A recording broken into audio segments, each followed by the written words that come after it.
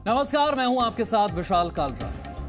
अफगानिस्तान की सत्ता धीरे धीरे वहां की निर्वाचित सरकार के हाथ से खिसक कर तालिबान के हाथ में जाती दिख रही है। तालिबान ने पिछले कुछ दिनों में अफगानी सुरक्षा बल को पीछे ढकेलते हुए अफगानिस्तान के कई अहम शहरों पर कब्जा कर लिया है। वहां की खराब होती हालत के बीच भारत ने भी मजार शरीफ के कॉन्सुलेट से अपने राजनयिकों को वापस बुला लिया है और अफगानिस्तान में मौजूद भारतीयों को जल्द से जल्द देश लौटने की एडवाइजरी भी जारी कर दी। उधर अमेरिका भी साफ कर रहा है कि अफगानिस्तान के नेता आपस में बैठकर अपने मुद्दे सुलझाएं।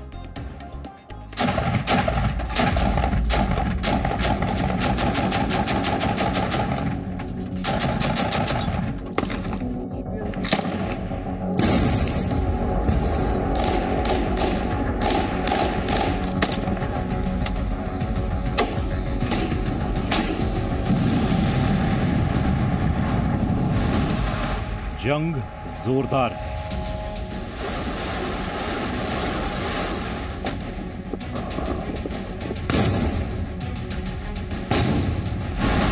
अफगानिस्तान में आर पार है। जोरदार जंग के बीच तालिबान के कदम तेजी से काबुल की तरफ बढ़ते जा रहे हैं। मंगलवार को ही अफगानिस्तान के 3 बड़े शहरों पर तालिबान का कब्जा हो गया। ये शहर हैं पुल-ई-खुमरी, फैजाबाद, फराह।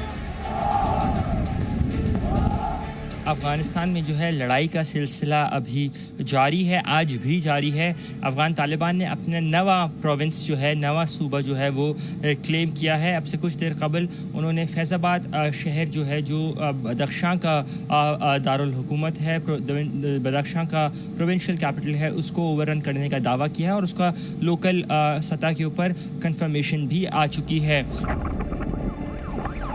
पिछले 2-3 दिनों में तालिबान ने करीब 1 दर्जन शहरों पर अपना कब्जा जमा लिया है, जिससे अफगानी सेना की मुश्किलें बढ़ती दिख रही हैं। तालिबान ने पिछले 3 दिनों में जिन 9 शहरों पर कब्जा जमाया है, उनमें से कुछ काबुल के बिल्कुल नजदीक हैं। तालिबान लगातार अफगानिस्तान के प्रांतों की राजधानियों को अपना निशाना बना रहा है, लेकिन असली प्लान तो काबुल पर कब्जा जमाने का है। अफगानी सेना के लिए तालिबान का सामना करना मुश्किल हो रहा है। उन्होंने अफगानिस्तान में नॉर्थ में, साउथ में, ईस्ट में, वेस्ट में सारी प्रोविंसेस पे कब्जा करना शुरू कर दिया है। हर प्रोविंस की कैपिटल अर्बन सेंटर्स में कब्जा करना शुरू कर दिया है। उन्होंने अपने देश के जो बॉर्डर पॉइंट्स हैं, ताजिकिस्तान के साथ, ईरान के साथ, तुर्कमेनिस्तान के साथ, वो बॉर्डर पॉइंट्स जो अफगान सरकार चलाती थी, कस्टम्स, उस पे तालिबान ने कब्जा कर लिया है। तो तालिबान का कब्जा बढ़ता जा रहा है। करीब 65% आज की तारीख में अफगानिस्तान तालिबान के कंट्रोल में है। अफगानी सेना और तालिबान के बीच चले भीषण संघर्ष के बाद तालिबान ने 6 प्रांतों की राजधानियों पर कब्जा जमा लिया है। तालिबान के नियंत्रण में आने वाले राज्यों के शहरों में कुंदुज, सरेपुल, तालकान, शेबरगान, जजरंज और आयबेक शामिल हैं।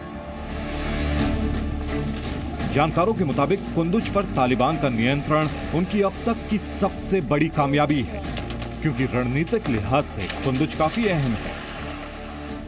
कुंदुज को अफगानिस्तान के उत्तरी हिस्से का गेटवे भी कहा जाता है। इस हिस्से में खनिज का भंडार है। यहां से राजधानी काबुल समेत देश के कई अन्य बड़े शहरों के लिए हाईवे गुजरते हैं।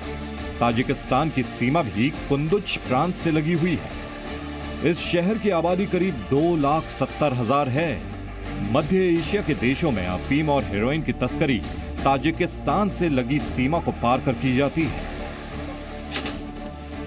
यानी कुंदुज पर कंट्रोल का मतलब है ड्रग्स तस्करी के अहम ठिकानों पर कब्जा। अफगान के ज्यादातर ग्रामीण इलाके पहले ही तालिबान के कब्जे में आ चुके हैं। अफगानी सेना शहरों को बचाने में लगी है। यानी इस जंग में तालिबान का दबदबा बढ़ता जा रहा है और अफगानी सेना का मनोबल टूट रहा है। हालांकि अफगान एयरफोर्स तालिबान पर हवाई हमले करके ग्राउंड पर सेना को मदद करने की भरपूर कोशिश कर रहा है। अफगानी एयरफोर्स ने कई जगहों पर हवाई हमले करके तालिबानी लड़ाकों को नुकसान पहुंचाया है। अफगानिस्तान एयरफोर्स के इन हमलों में 24 घंटों में कुल 439 तालिबानी आतंकी मारे गए। और 77 घायल भी हुए। इस सब के बीच अफगानिस्तान के राष्ट्रपति अशरफ गनी मजार शरीफ का दौरा कर रहे हैं। यहां पर राष्ट्रपति सेना के उन अधिकारियों से मुलाकात कर रहे हैं जो यहां पर तालिबान के लड़ाकों का मुकाबला कर रहे हैं। काबुल के बाद अब मजार शरीफ अफगानिस्तान के लिए बेहद अहम है।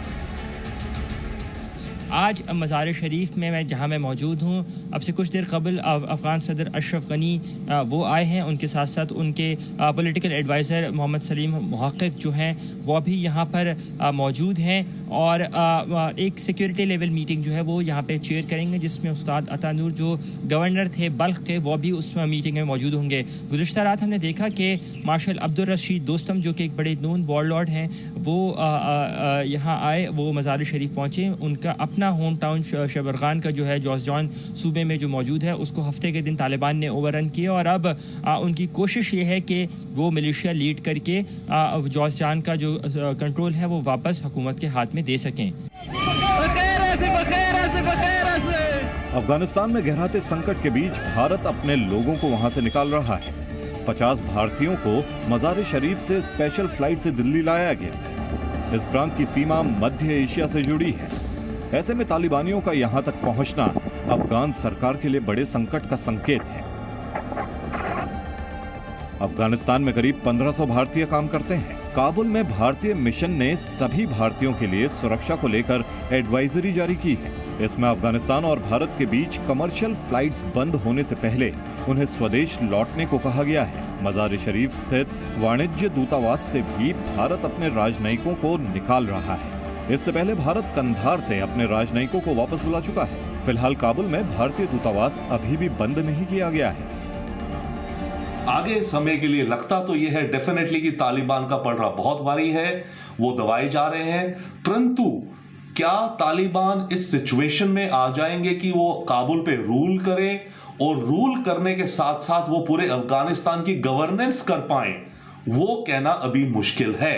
तो फिलहाल तो यही है, अफगानिस्तान के अंदर वायलेंस और अट्रॉसिटीज, जिस तरह की बारबारिक इंसिडेंट्स हम देख रहे हैं जो हो रहे हैं, ये होते रहेंगे कुछ समय तक, कुछ हफ्तों तक तो नहीं, महीनों तक, सालों तक भी चल सकता है। अफगानिस्तान के स्टार क्रिकेटर राशिद खान ने भी दुनिया से मदद की गुहार लगाई है। मंगलवार को राशिद ने ट्विटर पर लिखा कि मेरा देश इस वक्त मुश्किल में है। हजारों निर्दोष बच्चे, महिलाएं, लोग शहीद हो रहे हैं, घर बर्बाद हो रहे हैं। हमें बर्बाद होता ना छोड़ें, हम शांति चाहते हैं। अफगानिस्तान संकट को लेकर दुनिया में हलचल भी है।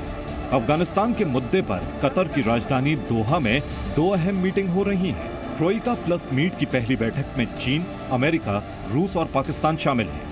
गुरुवार को होने वाली रीजनल कॉन्फ्रेंस में भारत को भी शामिल होने का न्योता मिला है। तालिबान के बढ़ते खतरे पर अमेरिका की नजर है। Obviously, it is a challenging security environment, and were we confident, were we comfortable having a larger staffing presence there, we would. But we are evaluating the threat environment on a daily basis. The embassy is in regular contact with Washington, with the most senior people in this building, who in turn are in regular contact with our colleagues at the NSC and the White House on this dynamic. अमेरिकी राष्ट्रपति Joe Biden भी दोहरा चुके हैं कि उन्हें अफगानिस्तान से अमेरिकी सैनिकों को वापस बुलाने का कोई अफसोस नहीं है। बाइडेन ने मंगलवार को कहा कि हमने 20 सालों में $1 ट्रिलियन से ज्यादा खर्च किए। हमने 3 लाख से अधिक अफगान बलों को प्रशिक्षित किया और उन्हें आधुनिक उपकरणों से लैस किया। अब अफगान नेताओं को एक साथ आना होगा, उन्हें अपने लिए और देश के लिए लड़ना होगा। अमेरिका अफगानिस्तान के लिए किए गए वादों को पूरा कर रहा है। अमेरिका अफगान सुरक्षा बलों को हवाई सहायता, भोजन, उपकरण, आर्थिक मदद देना जारी रखेगा और ये भी सुनिश्चित करेगा कि अफगान वायुसेना अपना काम करते रहे। अमेरिका को लगता है कि मैंने इसमें $1 ट्रिलियन खर्च कर दिया, मेरे हजारों सोल्जर बन गए, मैं कर क्या रहा हूं वहां पे। हमारे वहां सोल्जर्स की मौतें हुई जा रही हैं, पैसा खर्च हुआ जा रहा है। जो हमने कहा था, जो हमारा एम था, ओसामा बिन लादेन जो वर्ल्ड ट्रेड टावर्स का जो था उसको मैं मारना था, हमने उसको मार दिया, निकाल दिया। तो अफगानिस्तान से अमेरिका की तरफ आतंक नहीं आएगा, वो हमने रोक दिया, वो हमारा ऑब्जेक्टिव था। तो अमेरिका को एक तो लगता है उसका ऑब्जेक्टिव अचीव हो गया कहने को। अब उसको क्या मतलब अफगानिस्तान की क्या डेवलपमेंट होती है, नेशन बिल्डिंग वगैरह छोड़िए। तो अमेरिका को अपनी तरफ खतरा कम दिखा और अमेरिका थक गया है पैसे खर्च करके, और उसे कोई light at end of tunnel भी नहीं दिख रही। हालांकि इससे पहले अफगानिस्तान के राष्ट्रपति मोहम्मद अशरफ गनी ने संसद में कहा था कि काबुल के पास हालात को बदलने के लिए 6 महीने की सुरक्षा योजना थी, लेकिन अमेरिकी सैनिकों की वापसी से हालात बिगड़ गए। भारत भी अफगानिस्तान में शांति के लगातार अपने प्रयासों में जुटा है। पिछले हफ्ते संयुक्त राष्ट्र सुरक्षा परिषद की मीटिंग में भारत के प्रतिनिधि टी.एस. तिरुमूर्ति ने तालिबान को बातचीत करने और हिंसा का रास्ता छोड़ने की बात कही थी। सुरक्षा परिषद की बैठक में अफगानिस्तान ने पाकिस्तान पर तालिबान का समर्थन करने का आरोप लगाया। इंटरनेशनल दबाव से बेपरवाह तालिबान अपने मिशन पर लगा है और उसकी मंजिल काबुल है। ऐसे में अफगानी सेना कब तक तालिबान को रोक पाएगी, ये देखना दिलचस्प रहेगा। अफगानिस्तान से अनस मलिक के साथ bureau report, ji media. Presenting B News app, available on Google Play and App Store. Download it now.